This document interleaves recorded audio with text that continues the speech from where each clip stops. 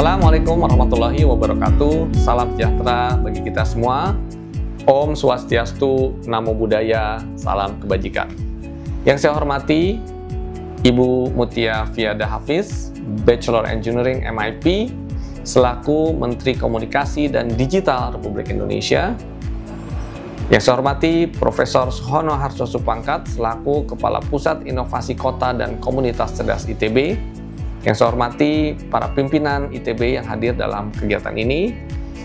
Kemudian juga yang kami hormati Bapak Dr. Tauhid Nur Azhar, MKes, selaku Dewan Pakar Asosiasi Prakarsa Indonesia Cerdas. Teman-teman saya para dosen, peneliti dan akademisi, serta rekan-rekan mahasiswa yang saya banggakan, serta seluruh hadirin yang mengikuti kuliah umum ini, baik secara langsung maupun secara daring. Terima kasih atas kesempatan yang diberikan kepada saya untuk berbicara di forum akademik yang terhormat ini. Hari ini kita akan sedikit membahas sebuah tema yang sangat relevan bagi masa depan bangsa dan masa depan kehidupan secara umum, yaitu tentang peran Kementerian Pendidikan Tinggi Sains dan Teknologi untuk membangun kecerdasan di Indonesia. Para hadirin sekalian, saudara-saudara yang saya hormati, sebagaimana kita ketahui bahwa kita hidup di era yang penuh dengan perubahan yang sangat cepat, revolusi industri 4.0, kecerdasan buatan atau EA, big data, dan transformasi digital telah mengubah cara kita belajar, bekerja, berinteraksi, dan bahkan cara kita melakukan berbagai aktivitas sehari-hari. Di tengah dinamika ini, tentunya Indonesia memiliki potensi besar untuk menjadi bangsa yang cerdas, inovatif, serta berdaya saing global. Setiap ada disrupsi, sesungguhnya disitulah ada kesempatan bagi setiap bangsa, bagi setiap entitas untuk tampil ke depan, tampil ke atas, merubah konstelasi hegemoni yang ada. Dan disrupsi kali ini juga tentunya memberikan kesempatan bagi Indonesia untuk tampil sebagai negara maju. Meskipun begitu, mewujudkan Indonesia cerdas bukan sekedar tentang teknologi, ini adalah tentang bagaimana kita mengembangkan sumber daya manusia unggul, membangun sistem pendidikan yang adaptif, serta mendorong kolaborasi antara akademisi, industri, dan pemerintah. Kolaborasi ini sangat penting, hadirin sekalian. Sering kegagalan kita adalah bukan kegagalan dalam substansi, tetapi kegagalan untuk terjadinya kerjasama antara pihak-pihak yang ada di dalam struktur atau sistem tersebut. Selanjutnya, Kementerian Pendidikan Tinggi Sains dan Teknologi berkomitmen penuh tentunya untuk mewujudkan asta-cita Presiden Prabowo, khususnya dalam 3 cita utama yang relevan dengan tugas dan fungsi serta peran kementerian kami. Yang pertama adalah asta-cita kedua, bagaimana kita bisa memantapkan sistem pertahanan keamanan negara dan mendorong kemandirian bangsa melalui swasembada pangan, energi, air, ekonomi kreatif, ekonomi hijau, dan ekonomi biru. Kemendikti-Saintek mendukung hal ini dengan riset dan pengembangan di bidang energi terbarukan, teknologi pangan, serta inovasi hijau yang berkelanjutan. Yang kedua, asta-cita 4, yaitu memperkuat pembangunan sumber daya manusia, sains, teknologi, pendidikan kesehatan, prestasi olahraga, kesetaraan gender, serta penguatan peran perempuan, pemuda, dan penyandang disabilitas. Disinilah peran yang sangat strategis dari bangsa kita untuk mendukung terjadinya pembangunan SDM yang kuat.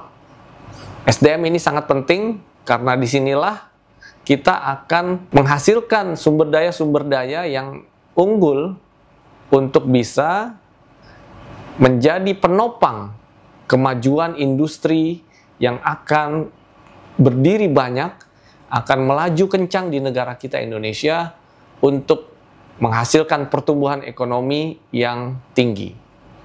Disinilah peningkatan kualitas dosen dan mahasiswa menjadi sangat penting digitalisasi pendidikan itu juga merupakan bagian dari strategi besar untuk mewujudkan SDM unggul. Universitas memegang peranan yang sangat penting di sini, karena pendidikan atau SDM yang kita butuhkan bukanlah SDM yang biasa-biasa, tetapi SDM yang unggul, yang memiliki kapasitas pengetahuan yang tinggi, memiliki kemampuan beradaptasi yang tinggi, serta tentunya kepemimpinan yang baik untuk mengelola sumber daya manusia lainnya, untuk mengelola kemajuan-kemajuan besar, dan tentunya adalah untuk mampu bisa memberikan solusi-solusi terhadap permasalahan-permasalahan yang ada. Bapak Ibu sekalian, kami sangat menghargai, kami sangat mengapresiasi peran universitas-universitas seluruh Indonesia, PTN maupun PTS, yang telah memberikan effort terbaiknya untuk menghasilkan sumber daya manusia unggul. Serta mereka jugalah yang menjadi garda terdepan negara kita melakukan kemajuan-kemajuan iptek melalui riset dan inovasi yang dilakukan secara terus-menerus tanpa mengenal lelah. Bapak Ibu sekalian, yang ketiga adalah asta-cita kelima, yaitu melanjutkan hilirisasi dan industrialisasi untuk meningkatkan nilai tambah di dalam negeri. Kami akan terus mendorong riset terapan, kolaborasi dengan industri, serta penguatan ekosistem startup berbasis teknologi untuk menciptakan dampak nyata bagi perekonomian nasional. Hilirisasi yang saat ini berjalan perlu terus ditingkatkan. Berbagai proses industri, berbagai produk mentah dari apapun itu, pangan, material, perlu kita tingkatkan nilai tambahnya dengan menghasilkan hilirisasi yang tinggi, melakukan hilirisasi menjadi end product, sehingga nilai tambahnya sangat tinggi, dan ini akan sangat-sangat menentukan bagi tingginya pertumbuhan ekonomi kita. Di situ jugalah kita tentunya akan berharap, kita akan melihat bersama bagaimana hilirisasi ini kemudian menghasilkan industri-industri, hilirisasi ini kemudian akan menghasilkan lapangan pekerjaan yang luas yang akan ditopang oleh SDM-SDM unggul. Bapak Ibu sekalian, pendidikan tinggi adalah pilar utama dalam mencetak generasi yang siap menghadapi tantangan masa depan. Oleh karena itu, sekali lagi, Kementerian Pendidikan Tinggi, Sains, dan Teknologi, kita telah merancang berbagai strategi untuk memastikan bahwa lulusan kita tidak hanya kompeten dalam bidang akademik, tetapi juga memiliki keterampilan yang relevan dengan perkembangan zaman. Beberapa langkah telah kita coba lakukan, telah kita rumuskan, meliputi pertama, modernisasi kurikulum, bagaimana kita bisa mengintegrasikan teknologi seperti AI, data science, dan cyber security ke dalam kurikulum universitas. Kita juga melakukan pembelajaran berbasis digital, mengoptimalkan Learning Management System atau LMS, juga dengan dukungan AI untuk memungkinkan pendidikan menjadi jarak jauh, pendidikan jarak jauh menjadi berjalan lebih baik. Yang berikutnya adalah program Merdeka Belajar. Ini diharapkan memberikan kesempatan kepada mahasiswa untuk menerima pengalaman belajar di industri dan institusi riset lainnya yang secara global diakui. Pendidikan tinggi harus lebih dari sekedar tempat memperoleh gelar. Ia harus menjadi ekosistem yang melahirkan pemikir-pemikir kritis, membentuk inovator-inovator baik, inovator-inovator unggul, peneliti-peneliti yang hebat, serta juga terjalinnya kerjasama dengan industri, sehingga universitas diharapkan menjadi ekosistem ekonomi yang bisa memberikan dampak kepada industri, lahirnya SDM unggul, serta yang tidak kalah penting adalah melahirkan pemimpin-pemimpin masa depan. Saudara-saudara sekalian, di era digital, kemajuan sebuah negara sangat tergantung pada pengembangan ilmu, pengetahuan, dan teknologi. Oleh karena itu, riset menjadi pilar utama yang strategis dalam mewujudkan Indonesia maju. Tidak ada negara maju di dunia ini yang tidak menjadikan riset dan inovasi, penguasaan sains dan teknologi sebagai tulang punggung kebijakan pembangunan nasionalnya. Beberapa strategi telah kami dorong meliputi pembangunan pusat riset AI nasional berbasis universitas. Kita mengharapkan setiap kampus-kampus memiliki adaptasi, memiliki kajian-kajian bagaimana memanfaatkan AI ini untuk berbagai hal-hal yang ada di kampus. Kemudian kita memfasilitasi pengembangan teknologi kecerdasan buatan yang dapat diterapkan dalam berbagai sektor. Selanjutnya kita juga telah mengembangkan Science Technology Park atau STP di beberapa kampus. Diharapkan STP-STP ini menjadi hub, tempat berkumpulnya inovator, peneliti handal, serta industri-industri, dan di sini diharapkan economic scale tumbuh, meneruskan riset-riset yang telah berjalan kuat di kampus-kampus. Dia akan mendorong inovasi dan kewirausahaan berbasis riset dan ilmu pengetahuan. Selanjutnya yang ketiga adalah pendanaan riset berbasis kebutuhan nasional. Bagaimana kita memberikan hibah-hibah penelitian, grant-grant riset yang fokus pada sektor-sektor strategis seperti energi terbarukan, teknologi kesehatan, dan pertanian berbasis AI. Kemudian kita juga mendorong terjadinya hilirisasi riset. Kita ingin memastikan bahwa inovasi dari kampus itu dapat diterima oleh industri, dapat diterima oleh market, dapat diadopsi oleh industri dan menciptakan dampak ekonomi. Tentunya ini akan sejalan dengan Asta-Cita kelima dari Bapak Presiden kita. Hal lainnya adalah kita ingin juga meningkatkan investasi riset. Kita meningkatkan alokasi anggaran riset, tetapi kita juga ingin mengajak industri untuk mau terlibat di dalam investasi-investasi yang sifatnya penguasaan teknologi, riset, dan inovasi. Kita akan secara proaktif mengajak teman-teman di industri, yuk mari kita bersama-sama dengan pemerintah melakukan riset-riset. Karena at the end, pada akhirnya, hal-hal positif, keunggulan-keunggulan yang didapat dari riset itu juga akan memberikan nilai tambah pada industri itu sendiri. Ekonomi scale, nilai ekonomi juga akan didapat oleh industri ketika riset-riset itu terjadi. Jadi kita ingin memberikan kesadaran dan mengajak berbagai pihak, tidak bahwa riset ini bukan hanya tanggung jawab pemerintah, tapi riset itu juga sebenarnya kepentingan, keinginan, bagian dari yang seharusnya industri miliki juga. Kita melakukan pembangunan pusat unggulan teknologi di berbagai perguruan tinggi, serta juga tidak kalah penting kita menjalin kemitraan global, karena tentunya teknologi, riset, ilmu pengetahuan itu tidak mengenal batas-batas demografi, batas-batas geografi, borderless.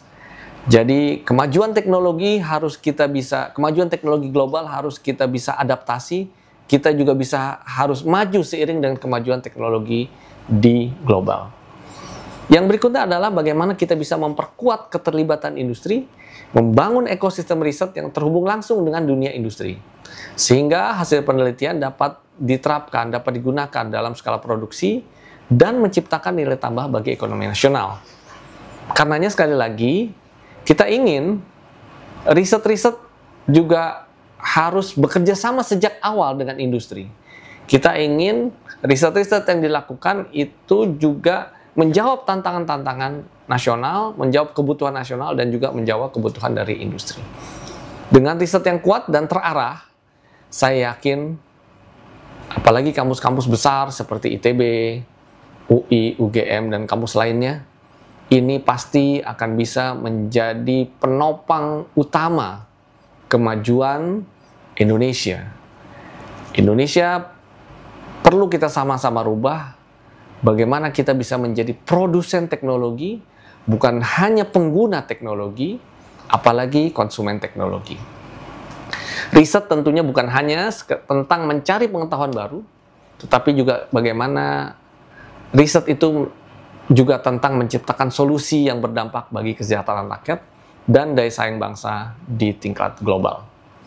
Hadirin sekalian, membangun kecerdasan Indonesia adalah tanggung jawab bersama pemerintah, Saya, tentunya kita di Kemendikti-Saintek bersama di sini ada Ibu Menteri Komdigi, terima kasih. Juga stakeholder pemerintah lainnya bersama-sama dengan industri, akademisi, dan masyarakat perlu berkolaborasi untuk membangun ekosistem yang memungkinkan anak-anak muda kita, anak-anak generasi muda yang sedang tumbuh berkembang, sedang tinggi-tinggi energinya, bisa berkembang dan berinovasi, serta mereka menyukai perkembangan teknologi ini. Jangan kita memisahkan antara sains, teknologi, riset dengan anak-anak muda. Marilah kita bersama-sama mengajak anak-anak muda menyukai pengetahuan, menyukai dan enjoy dengan berbagai perkembangan pengetahuan yang terus berubah dengan cepat. Kemendikti-Saintek berkomitmen untuk terus mewujudkan visi besar bangsa dengan memastikan bahwa pendidikan tinggi, sains, dan teknologi berperan aktif dalam mewujudkan cita-cita Presiden Indonesia. Mari kita bersama-sama menjadikan Indonesia sebagai pusat inovasi, pusat riset, pusat kemajuan teknologi yang tidak hanya maju secara digital, tetapi tentunya juga catch up dengan perkembangan dan memiliki daya saing global. Demikian yang dapat kami sampaikan. Terima kasih atas berbagai perhatiannya. Semoga apa yang saya sampaikan ini dapat memberikan manfaat bagi para hadirin dan juga tentunya bisa menjadi penambah wawasan yang telah diberikan oleh narasumber-narasumber lainnya yang tentunya sangat baik dan relevan. Sekali lagi kami ucapkan terima kasih. Wassalamualaikum warahmatullahi wabarakatuh. Salam sejahtera bagi kita semua.